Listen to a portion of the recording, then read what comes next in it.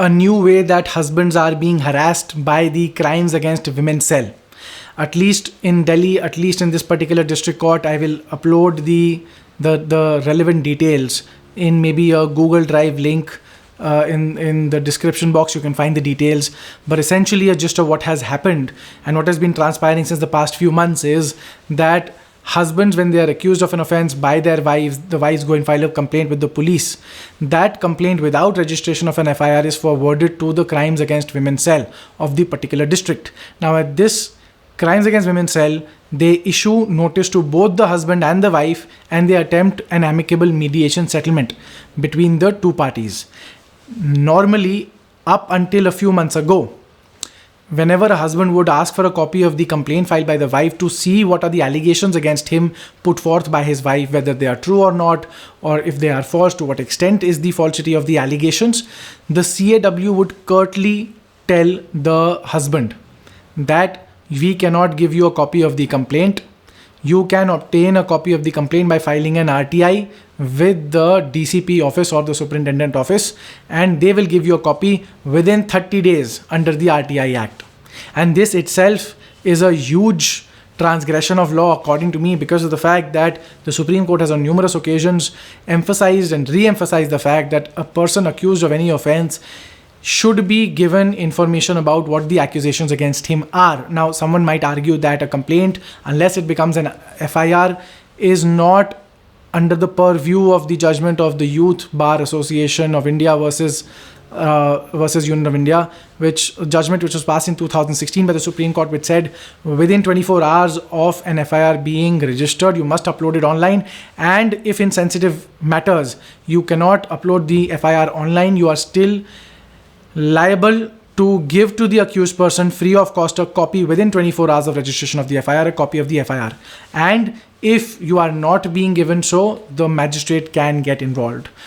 But what is happening here is, first and foremost, of course, the CAW cell says, we will not give you, go to the DCP office. And that is still fine. The husband or his lawyers have to run around a little, but they eventually obtain a copy of the RTI, of the complaint via an RTI application. Now, this new bizarre nonsense which has cropped up is, on a lot of occasions, the DCP office says that because the matter is sub judice, that is why we are not going to give you a copy of the complaint filed by the wife, which is pending before the CAW. This is atrocious. We filed a writ challenging this before the Hon'ble Delhi High Court.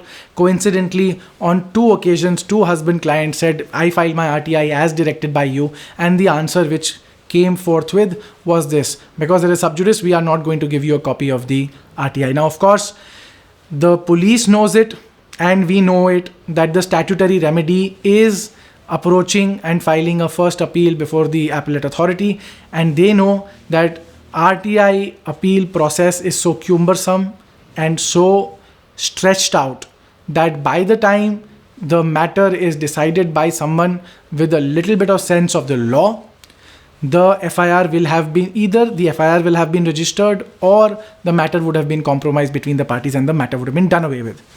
And that is the reason why I also chose to go to the Hon'ble Delhi High Court, invoking the writ jurisdiction of the Delhi High Court, saying that this is a transgression, this is an infringement of my fundamental right to knowing what are the allegations against me. Because if I do not attend these CAW proceedings, which you are saying are not criminal proceeding, this will have an adverse impact on me when the FIR is registered and I am subsequently called to join investigation. And maybe it might even be a problem during my anticipatory bail hearing. And so it is incumbent upon the CAW to also provide a copy, not through the DCP office under RTI, but to the accused person within 24 hours of making this application. The accused person should ideally be given a copy of the complaint, of the allegations that are leveled against him.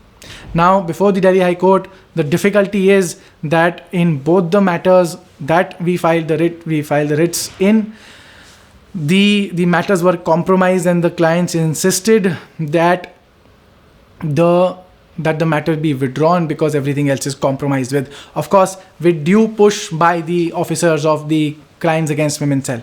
However, to whatever extent possible, we were able to keep the matter going on, just if nothing else, as an academic question. And not as an academic question, but more of a question of wider legal implications for all husbands out there.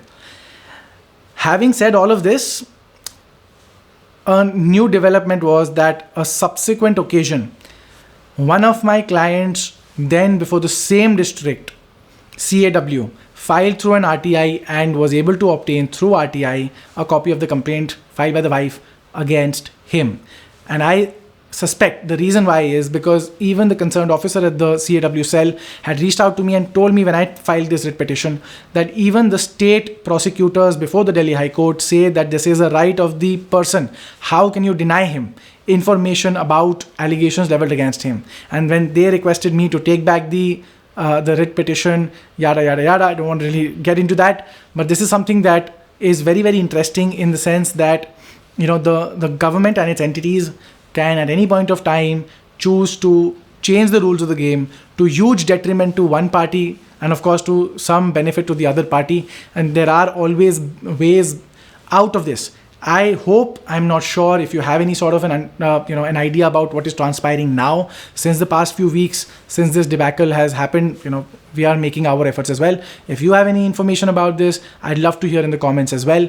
But at least a lesson that can be pulled out for all of us is, one, the system is arbitrary, it can change all the time, and second, there are things that you can do to get justice in the face of adversity posed by the government in situations like this.